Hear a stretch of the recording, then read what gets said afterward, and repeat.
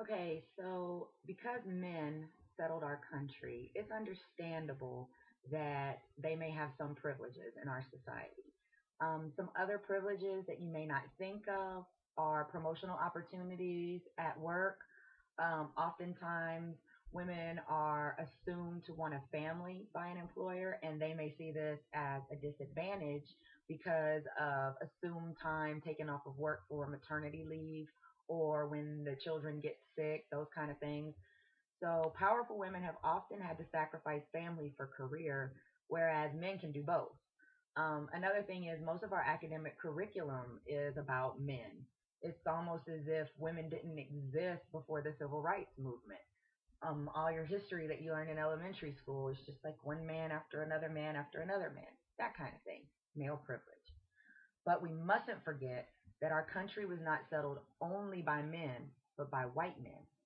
At this point in our history, white men were openly believed to be superior over not only white women, but people of color in general. For example, the American Indians or the black slaves. Our country was based on all men being equal, but this was written at a time when a lot of white men owned slaves and had driven Native Americans from their homes in order to expand their land. So you can kind of see the conflict there. So while discussing male privilege, author Peggy McIntosh chose to reflect on her privileges as a white person in America. Whereas she had always had ideas about male privileges, which she could see really easily because she was a woman who didn't have these privileges. She had never really thought about the privilege that she had being white in America. When she did, she wrote several articles about it and included this list. Now, these are only pieces of her list, but again, an idea.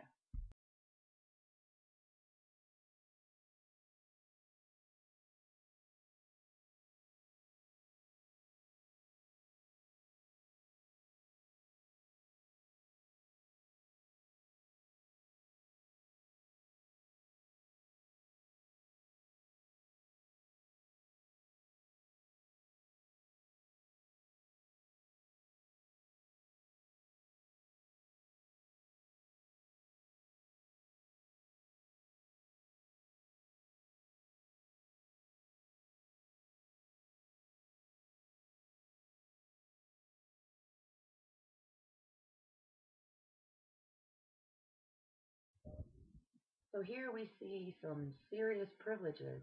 I mean, have you ever thought what it would be like if our history books had been filled with people of color? A good example to show the importance of not separating things like race and gender is shown in the feminist movement. The feminist movement began as a movement for equal rights for women, but as it turns out, white middle class women and working class women of color don't really have a lot of the same issues outside of being women.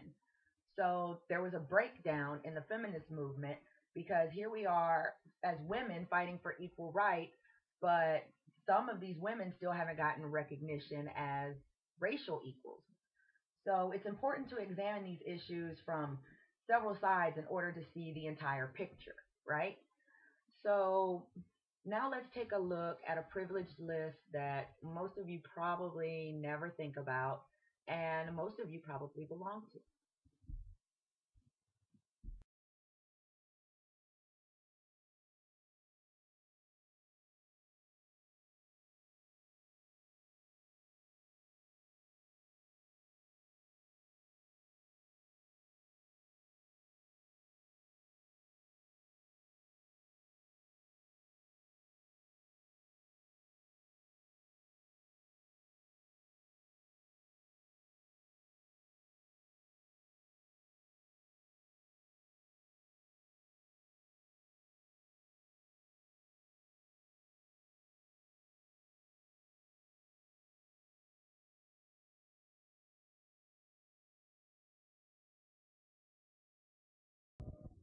Okay, I know this is a touchy issue, but the fact of the matter is that homosexuals are often openly persecuted in our society, and it's more acceptable now than racism or sexism. Homosexuality is often viewed by people as a choice. which leads to this privilege commonly being dismissed by critics. That being said, homosexuality is viewed as the normal way that people are, the way people were made to be together. So any deviation from this is seen as deviant or abnormal or wrong. So many of the arguments against equal rights for homosexuals in our country are often based on religious beliefs about homosexuality as a sinful behavior, which leads me to my last list, which often intersects with heterosexual privilege among other privileges. So let's take a look at that real quick.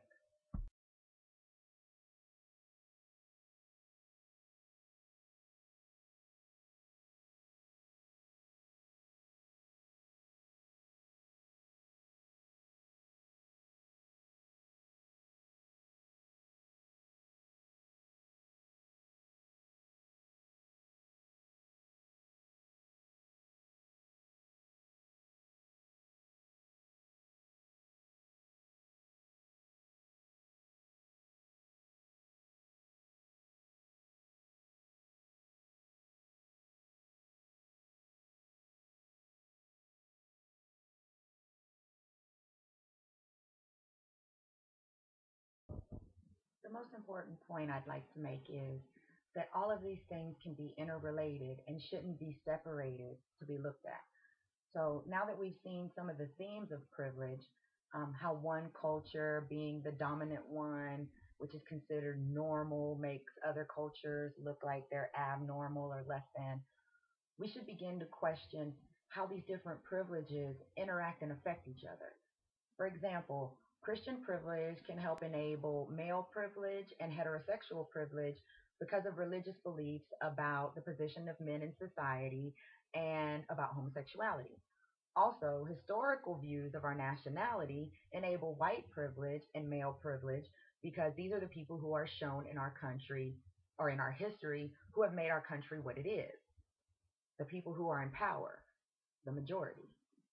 We must also remember to examine our own privileges.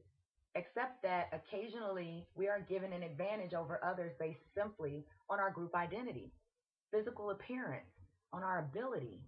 And if you're saying to yourself, I don't belong to any of these groups, so I don't have privilege, think again. Are you attractive, thin, able bodied, of sound mind?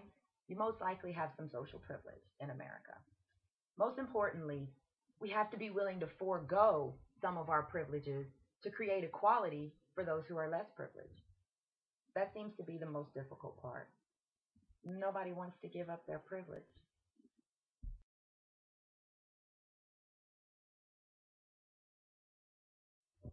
One final point I'd like to make before I end is that we take our privileges for granted. That's part of having privilege, is being unaware of it and taking it for granted. We don't realize the sense of entitlement that we may possess, and I believe this could be dangerous. Many of us belong to a group that is in some way oppressed or exploited. You might be a woman. You might be a woman of color. You might be homosexual. You might be a Buddhist instead of a Christian. So it's difficult when you belong to those groups to see yourself as having any privilege in our society. And I'm hoping that this presentation helps you take a look at the privileges that you do have, even if you belong to an oppressed group. Patricia Hill Collins has a matrix of oppression that explains that people can be in a position of oppression and a position of privilege at the same time.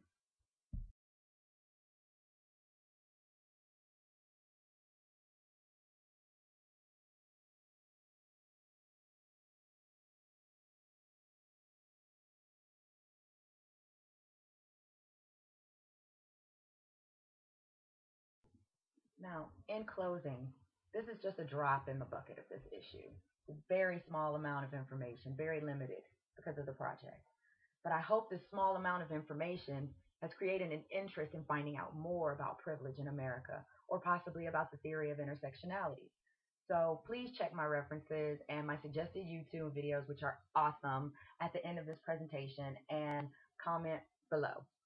Thanks again for your time.